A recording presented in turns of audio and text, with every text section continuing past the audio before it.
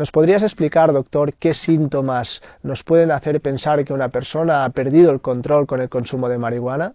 Esos síntomas que indicarían que uno ha perdido el control sobre el consumo de marihuana serían las cantidades que uno fuma, y es importante tener en cuenta que estamos hablando de una gran toxicidad. Por tanto, el primero sería esa frecuencia de consumo, esa cantidad mayor que uno necesita para colocarse o para sentirse bien.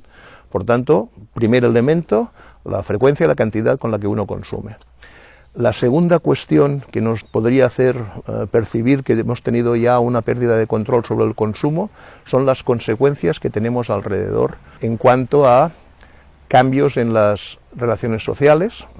y hemos hablado de que uno de los elementos problemáticos es el hecho del aislamiento, el hecho de que muchas drogas ya no son sustancias para conectar, sino para desconectarse. Creo que en alguno de los vídeos que hemos hecho en Masferriol aparecía el concepto de que un factor de riesgo muy importante para convertirse en adicto era el elemento de que el uso ya no fuese lúdico, ya no fuese para divertirse, para salir de fiesta, para hacer cosas de este estilo, sino que se convertía en un consumo solitario, en un consumo aislado, en un consumo escondido, donde muchas veces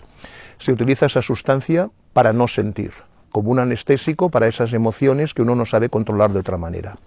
Por tanto, ese segundo elemento, el elemento del aislamiento, del consumo sin esas condiciones sociales, puede ser un segundo indicador de que estamos perdiendo el control sobre la sustancia. Y el tercer elemento es que aparezcan algunas de esas consecuencias físicas de las que hemos hablado antes, esas cuestiones que tienen que ver con paranoias, con ataques de ansiedad, con, por ejemplo, problemas respiratorios, porque muchas veces no tenemos en cuenta de que estamos ante sustancias irritantes. Igual que planteamos pues la necesidad o el interés de dejar de fumar tabaco, porque estamos hablando de sustancias que tienen una serie de incidencias sobre la posibilidad de producir un cáncer, etcétera, etcétera, no podemos negar que el cannabis, que también se fuma, tiene las mismas posibilidades o posibilidades parecidas de generar una serie de complicaciones respiratorias graves. Ahora que ya sabemos todo esto, doctor, ¿nos podrías explicar cuáles son los pasos para poder dejar la marihuana? Los 3 pasos para dejar de consumir porros, para dejar de fumar estos derivados del cannabis, tienen que ver, primero, con la concienciación de que es una cosa que necesitamos hacer. Nadie va a hacer un cambio si no está motivado para poderlo dejar.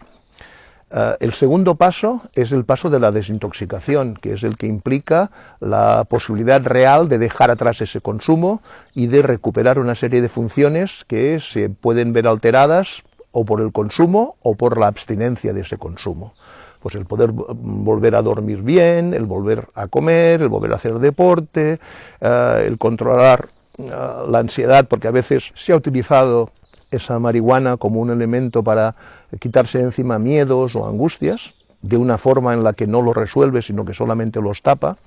Por tanto, esa desintoxicación va a ser un paso ineludible, y es verdad que hay personas que dicen que tienen una enorme dificultad para conseguir dejarlo, porque, por ejemplo, tienen esos problemas para dormir, ¿no? El famoso porro de buenas noches, al que uno está habituado desde hace años, hace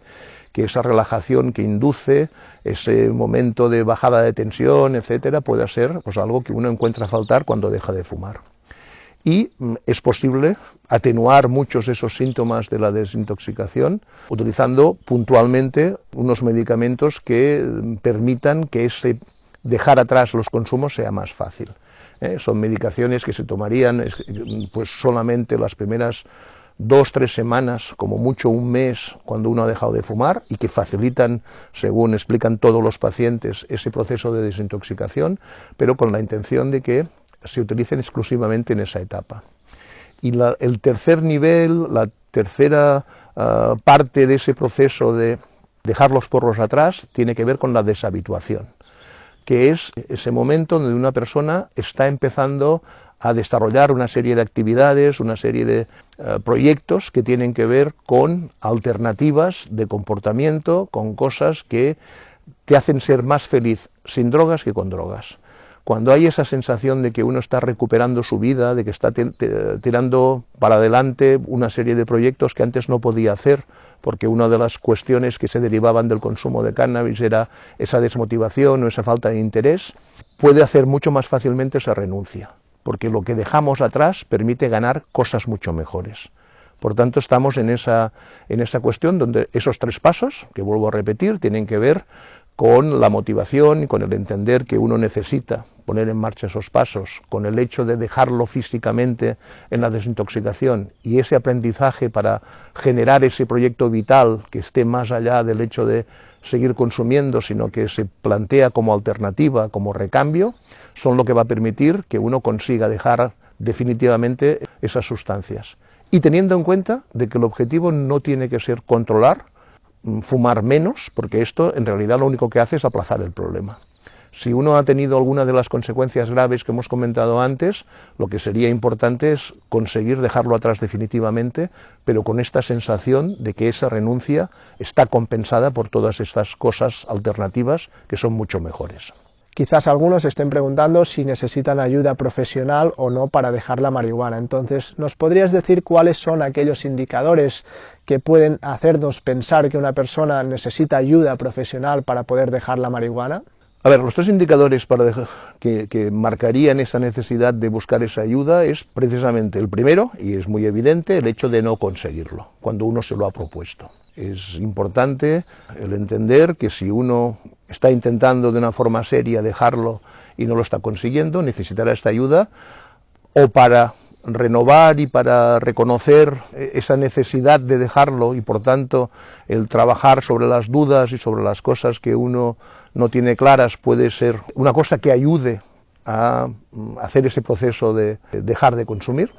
Por tanto, estamos hablando primero de esa cuestión que tendría que ver con todas las dudas y con todas las cuestiones que uno se pregunta y que te las puede contestar alguien que tenga experiencia en haber trabajado en este campo. La segunda cuestión que puede significar un beneficio en el hecho de dejarlo es para conseguir más fácilmente ese proceso de desintoxicación. Es decir, cuando alguien lo está probando y le cuesta porque hay ese enganche físico, la posibilidad de acudir a una persona que tenga experiencia en hacer esos tratamientos farmacológicos que, insisto, solamente se hacen en esa fase de desintoxicación, en pasar ese síndrome de abstinencia,